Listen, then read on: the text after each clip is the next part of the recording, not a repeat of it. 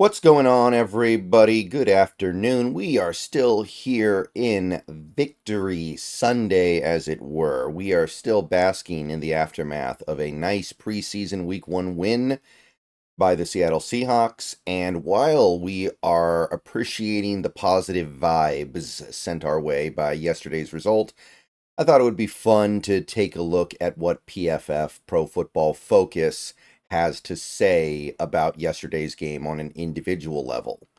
So we're going to take a look at some of their game grades. Yes, they do grade players for preseason games. By the way, a couple people asked about that last night on the stream. They do it for preseason as well. So you can learn some stuff.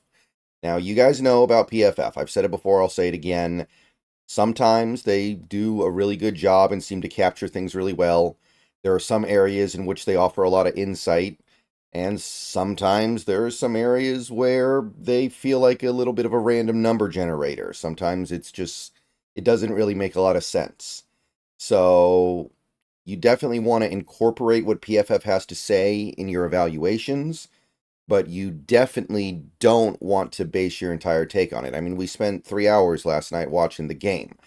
So you got to fold what you see from the game with what you see from PFF if you're trying to use them in your evaluations of stuff. But let's at least see what they have to say. So I'm going to take a look at a few different charts here from the game last night. They already have pretty much everything out. By the way, I remember years and years ago, PFF would get their grades out like 15 minutes after a game ended, and I always thought that was that ruined their credibility, right? How can you possibly grade out a player that quickly after the game? Now they at least wait until at least much later in the day, hours later, if not a day later. And I feel like that kind of by just waiting for a little while until you release the data, it helps their credibility a little bit. But let's take a look here at the offensive side of things. So when it comes to just general offensive grading, there were two players in particular that really stood out positively on the offense yesterday, and one of them only played 12 snaps. So we got Aesop Winston Jr. graded at the top here, over a 90. And I mean, I can certainly dig that. He played very well yesterday. He made some nice plays in the passing game, but it's a small sample size, right? It's a little bit easier to build up a big grade, a big positive grade when you only play 12 snaps. So take that as you will. But this other guy actually played 28 snaps and was graded at an 88.3, Brady Russell. And we're going to have to maybe make a whole video talking about the Brady Russell thing. Because you look at this roster right now, in theory, there really shouldn't be room for Brady Russell on this team.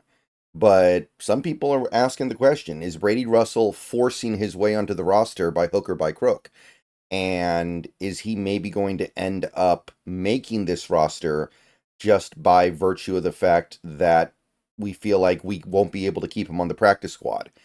So I'll talk a little bit more about that later, but he played 28 snaps. He was a good blocker on I mean, he only had one pass blocking rep, but he did have 15 run blocking reps, did well there.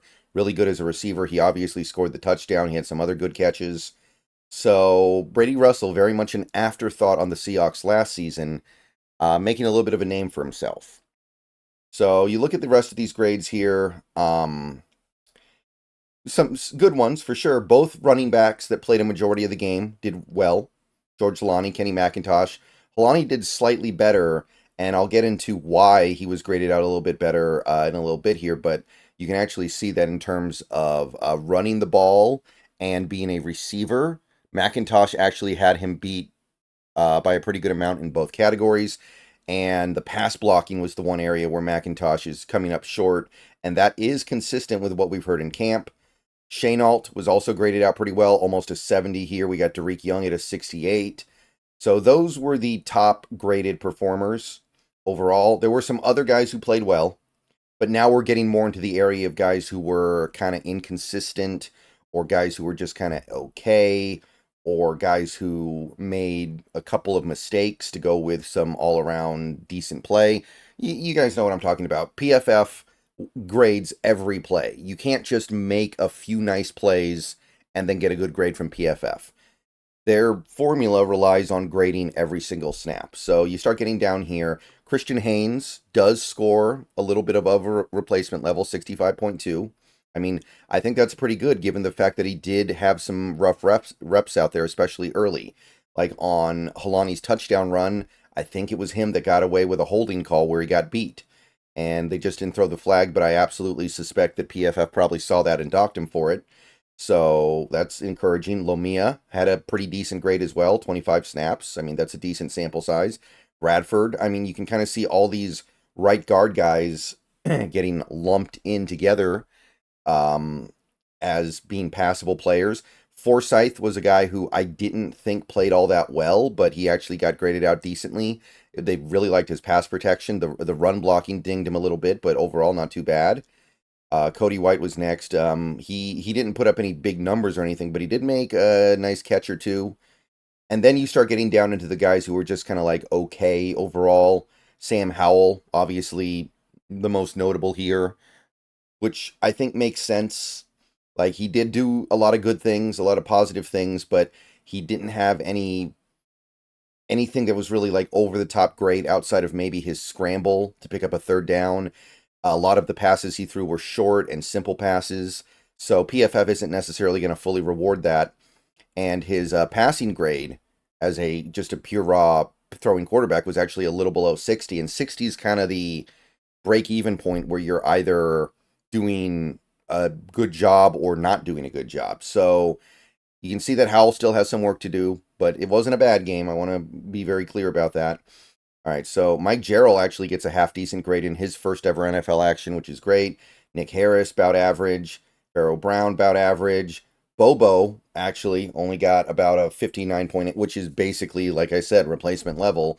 I think what went into that was probably you got targeted on a deep ball, and I think PFF does ding you even if the quarterback is the guy who overthrows it a little bit. And I mean, he didn't do a lot of production. I mean, watching that game, I didn't feel like Bobo did anything to earn a below sea level grade, but there you go. Sometimes, again, I want to stress this, PFF whiffs a little bit. So you got some relatively anonymous players down here. JSN, mysteriously, low graded. I'm not really sure why. He made a couple nice catches. He converted on a third down. He converted on a second down. I thought he did fine. I thought he did good. I'm a little bit surprised about this one. McClendon Curtis gets a pretty bad grade. We'll talk about him in 1 second here because I want to take a look at the pass blocking chart a little bit. Eskridge, pretty near the bottom here. AJ Barner, he did make a catch, but it got called back on a penalty. Laken Tomlinson, pretty low, pretty bad, mostly because of what he did as a run blocker, it looks like. And that is consistent with what I saw. The very first snap of the game, I thought he got absolutely destroyed. Greenfield gets destroyed in both areas, pass blocking and run blocking. Oluwatimi, right near the bottom here, 50.7. I didn't mind most of what I saw from Oluwatimi, but he did allow, I believe it was a sack. We'll take a look at that in a second here, and that dings you. And you got Charbonnet at the very bottom here, which doesn't mean anything. He played 5 snaps. I'm not worried about that. Westover did have what looked like a bit of a drop, which ended up hurting his numbers significantly. You gotta we gotta start seeing stuff from Westover. Right now, he's got competition in the form of Brady Russell. So that's basically what we're looking at here from the offense. So some good, some bad. Before we move on, though, I do want to take a look at the pass blocking PFF grades because these tend to be a little bit more objective because they deal with things like what you allowed as a pass protector. So if you take a look over here in the chart of like allowing sacks and hurries and hits and stuff like that, you can see Forsyth allows 1 QB hurry, Christian Haynes allows 1 QB hurry, and you can also see why Oluwatimi got dinged so much he allowed a sack. And that was on 24 pass block reps. So, it's one bad rep out of 24, but it's a bad enough rep to where you get dinged significantly for it. And you should, right? A sack is a big deal. Allowing a sack is a big deal. I think it was the sack on the third down play where we ended up giving up a field goal attempt because of it. So it's a big deal. So there you go. So what I mean to take away from that is, yeah, he allowed a sack, and it was a significant sack in this game. It was a bad play. But at the same time, it wasn't like he was getting beat every single rep and allowing a pressure constantly. It's one play. So we can still head in a good direction here. McClendon Curtis was the whipping boy. He gave up 4 QB pressures. And, I mean, he's a third string right tackle for a reason.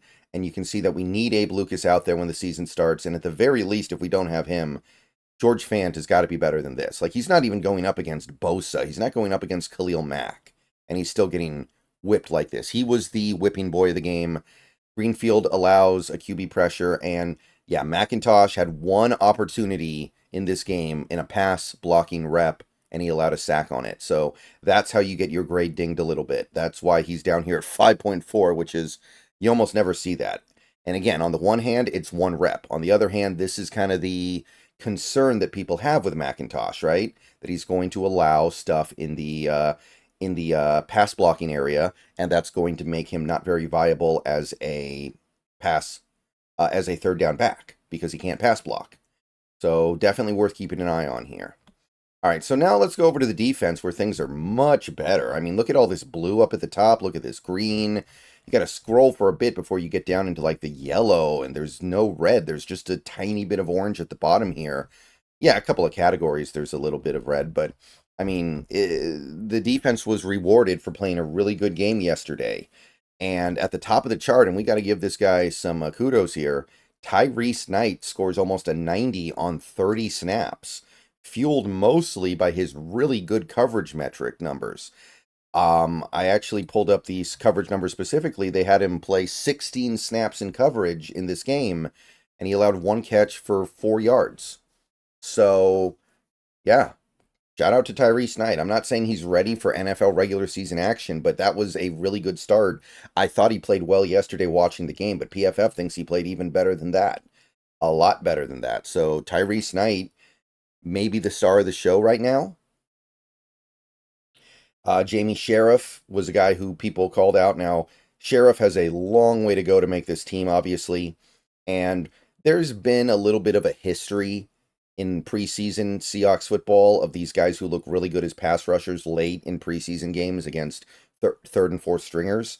And then you don't really hear about them. I remember there was a Nick Reed back in the day, right? But still, 4 quarterback pressures, and including 1 hit on 16 reps. Only 12 of them were pass rush snaps. So you're talking about a guy who was not really given massive burn and did everything he could do with the opportunities that he had. Patrick O'Connell also graded out really well, and he's a guy who has an outside chance of making the roster for now, depending on what happens with some of these injuries, so that's good to see. Kobe Bryant makes the interception, almost had another, so he gets graded out really well. Tyrell Dodson has 6 snaps, and a lot of these guys at the top, by the way, only played 3 or 6 snaps, like Dodson, Nwosu, Devin Richardson, Jonathan Hankins, Jaron Reed, Keon Bars, even Leonard Williams, Rayshon Jenkins, Tariq Woolen, they just got out there enough to like get their feet wet, and they graded out well, but it's a very small sample size. But then you look at a guy like Derek Hall, and he was a guy that I was really excited about just watching the game, but PFF backs that up, right? 26 snaps, 3 QB pressures, 84.2 grade overall, graded out pretty well in all areas. He got a 60 in coverage, by the way, because he had 0 coverage snaps, so they just kind of throw it in at 60 if you're wondering where that comes from. But yeah, that's something that you can really take positive stuff away from, because that's a guy who's going to play this year. He's going to make the team this year. We need him to do well this year. Artie Burns graded out well, actually played a good amount of the game, 19 snaps. I didn't know he played that much from watching the game.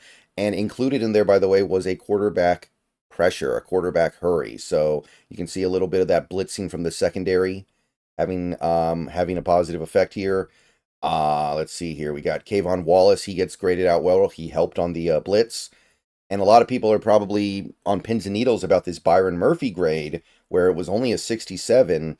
Really, that happened because he got a bad tackling grade. You can see right here, tackling was 26.7, which, I mean, that's the Byron Murphy experience, right? He's disruptive. He has 2 pressures on, what is this, 12 opportunities? Yeah, he rushes the passer 12 times, 2 pressures, but doesn't necessarily wrap up. So 26.7 tackling grade drags things down, but that's Byron Murphy for you. Carlton Johnson, Nelson Cesar graded out pretty well. I didn't notice him very much watching the game, but they did grade him out pretty decently here. Mostly, you know, just decent run run defense. Boye Mafe actually ended up with kind of a mediocre grade, a little bit above the high water mark. Run defense, the main reason why. Did have 2 QB pressures, though, which I'm going to definitely take some good excitement away from. And then you have, let's see here, yeah, John Radigan, even though he had 2 sacks, he actually still was just graded out okay. Levelston graded out okay, even though he had a sack as well. Mike Morris, mediocre, probably because he jumped off sides. You can see the QB pressure here. Miles Adams actually had 3 QB pressures, still graded out a little below average. James and Pritchett both had chances at interceptions, didn't cash them in. And there was some tackling with DJ James from these grades as well.